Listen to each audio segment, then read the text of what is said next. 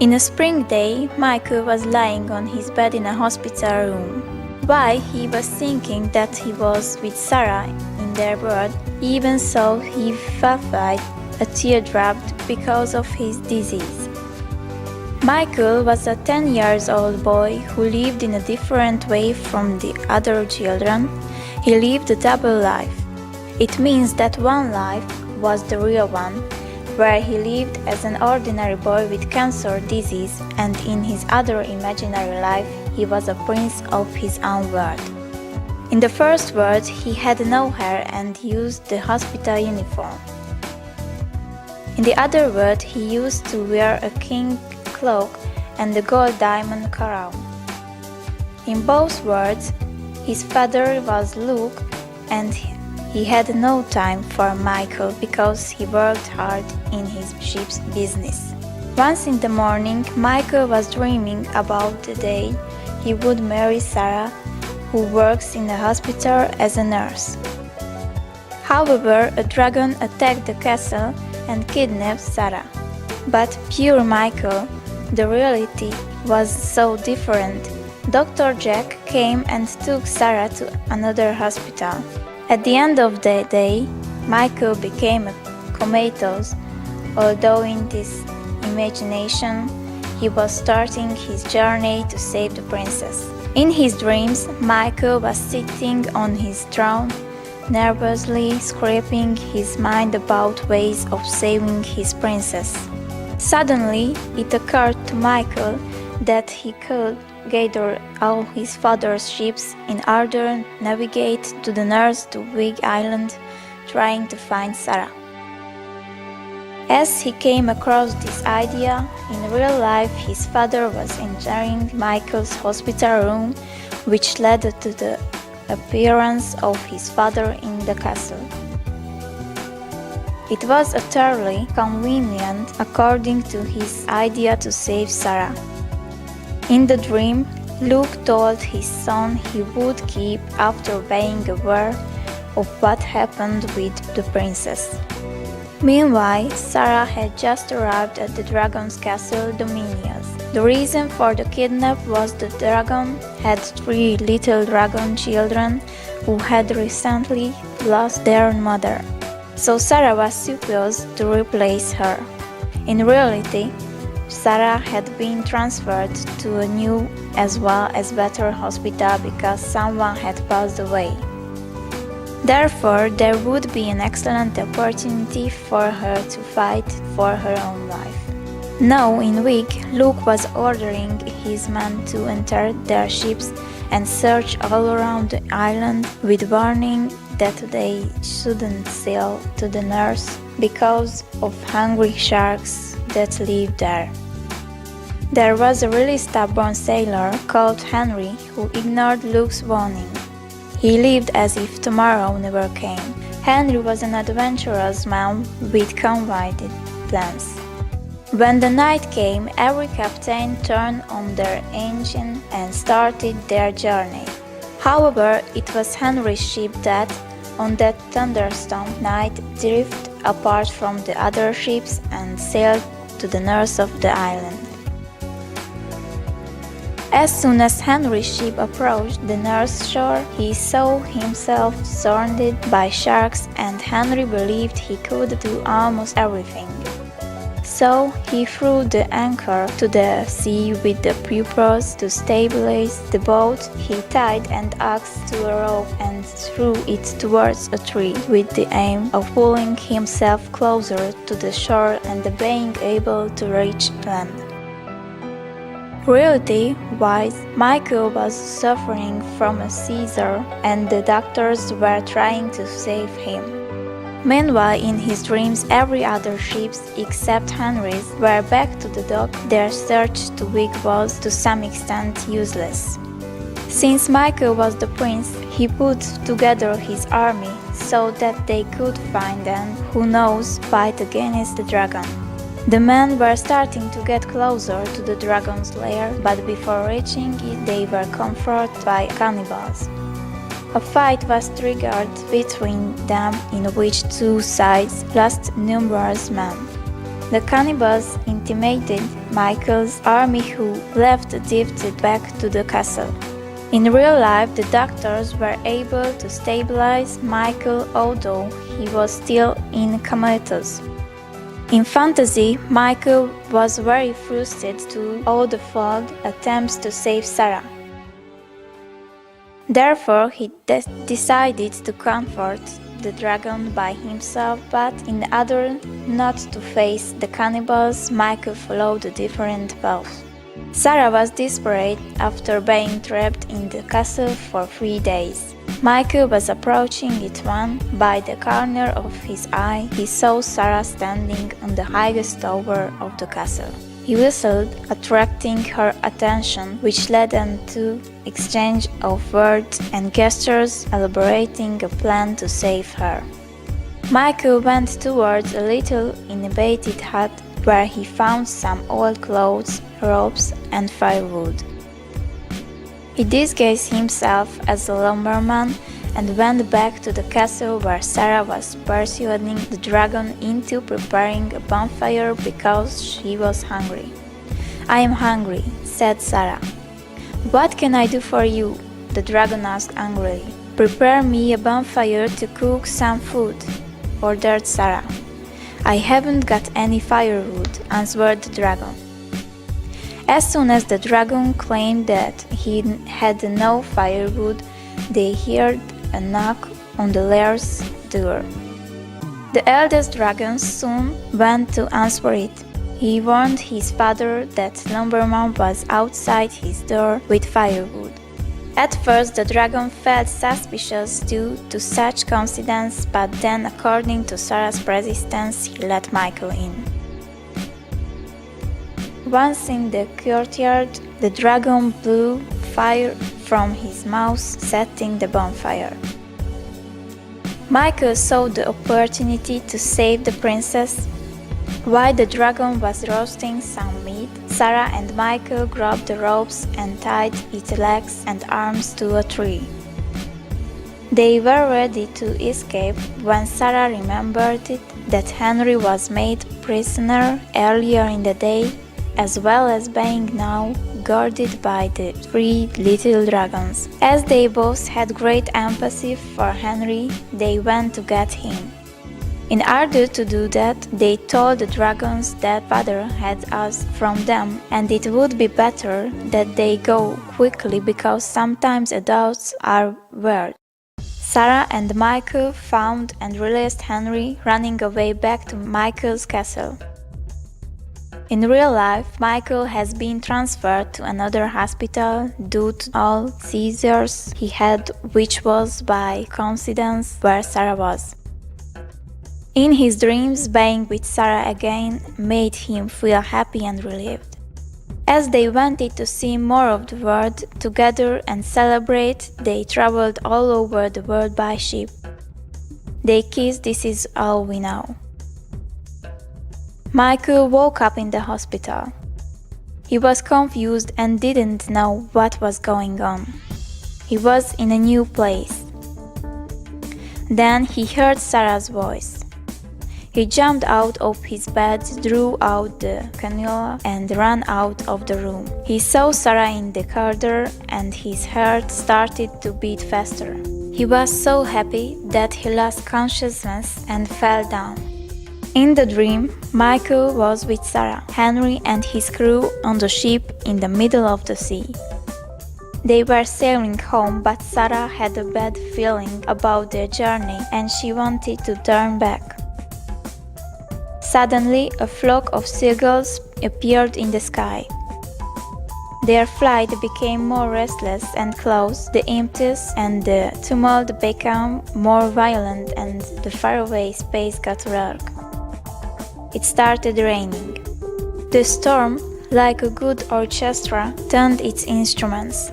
When the storm was getting the ship, Sarah fell overboard. Michael and Henry rushed to help Sarah. They looked around, but she disappeared. They launched the boat to find Sarah. Unfortunately, powerful waves overturned their boat and threw them ashore the unknown island.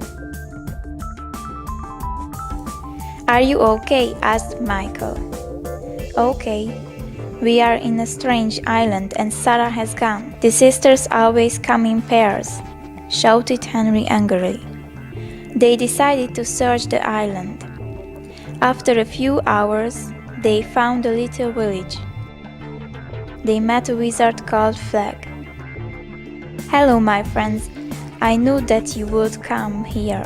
I want to help you." Michael and Henry were shocked. "How did you know that?" asked Henry. "I've got a magic mirror where I can see the future and the present," said Flag. "Could you tell us where is Sarah now?" asked Michael hopefully. The wizard spoke the spell and they saw Sarah surrounded by pirates who wanted to sell her at the slave market. "We have to save her. There's no time to waste. Let's go," said Michael anxiously. "I think we should rest. It's been a hard day," suggested Henry. At the beginning, Michael didn't agree, but he was exhausted too, and they fell into a deep sleep. Michael came back to the reality again and looked at the boy who was lying in the second bed. He was staring at Michael. "Finally, you woke up. My name is Bob, but everyone calls me Flag. There was a little girl here who was trying to wake up you, but a nurse took her.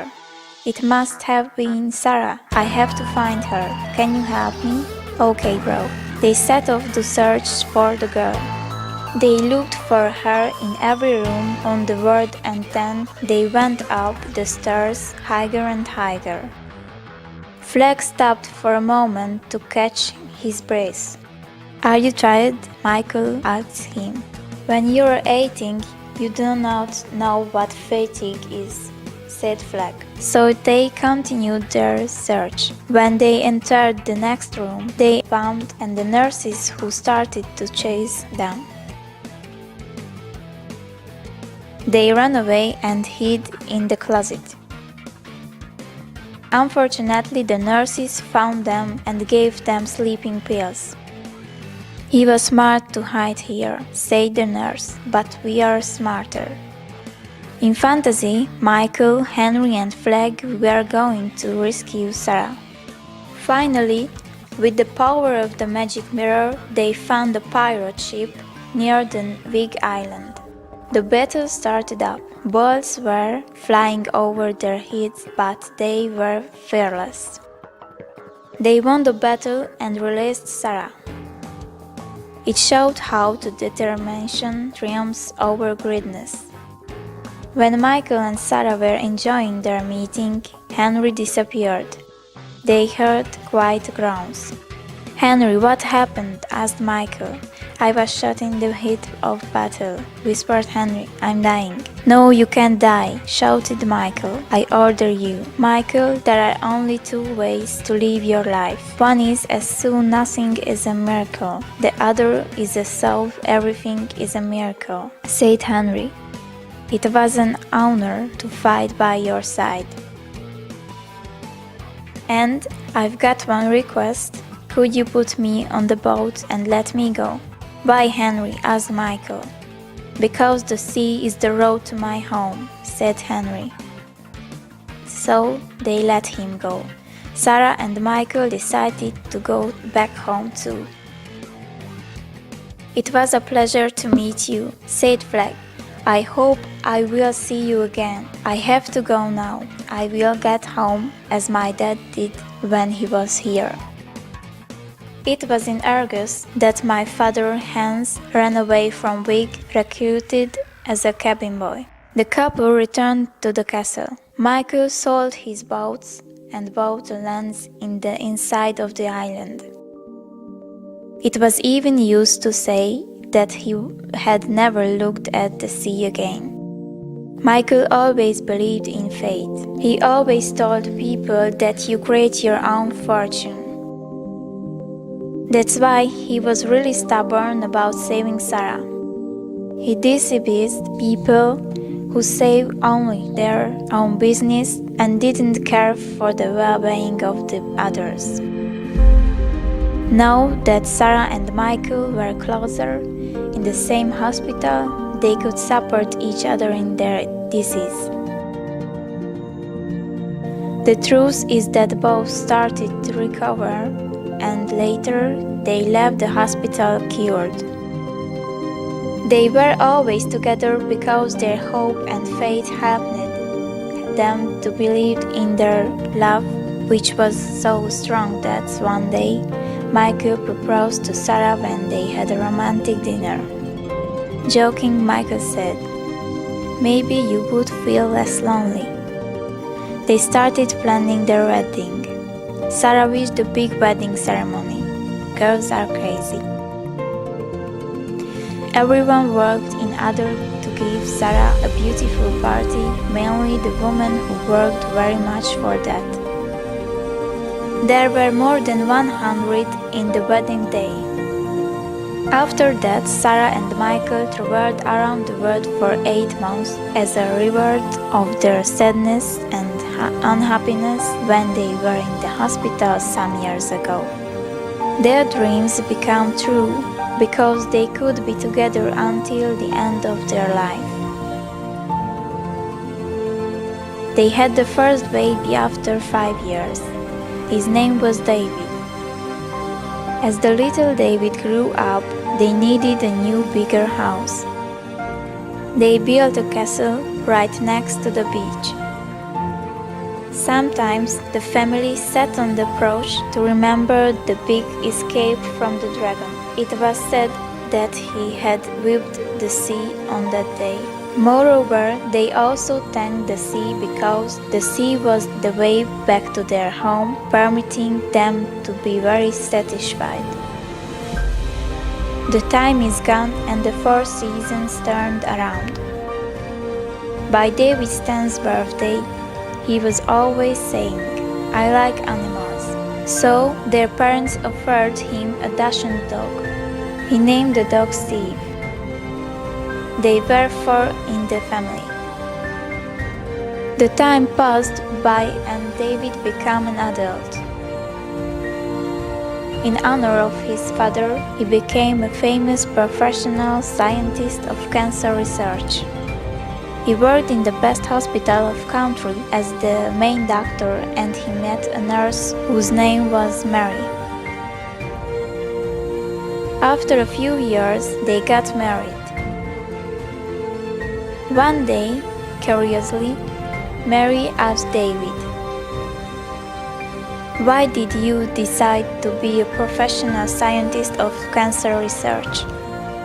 David answered her, "Because my father suffered from that disease and the time he met my mother in the hospital. Their love grew so deeply that I felt that I was obliged to help the others human beings. It hurts me seeing other people's pain. You must be proud of your parents as well as I'm proud of you." I liked it because it is an interesting story.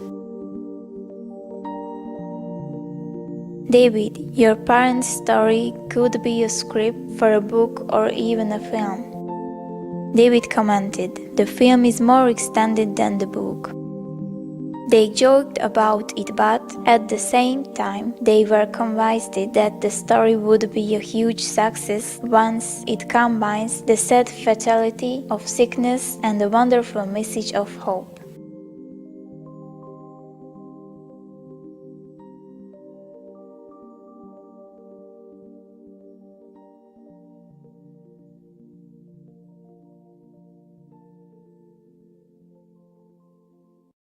I feel like a lion, I'm so strong.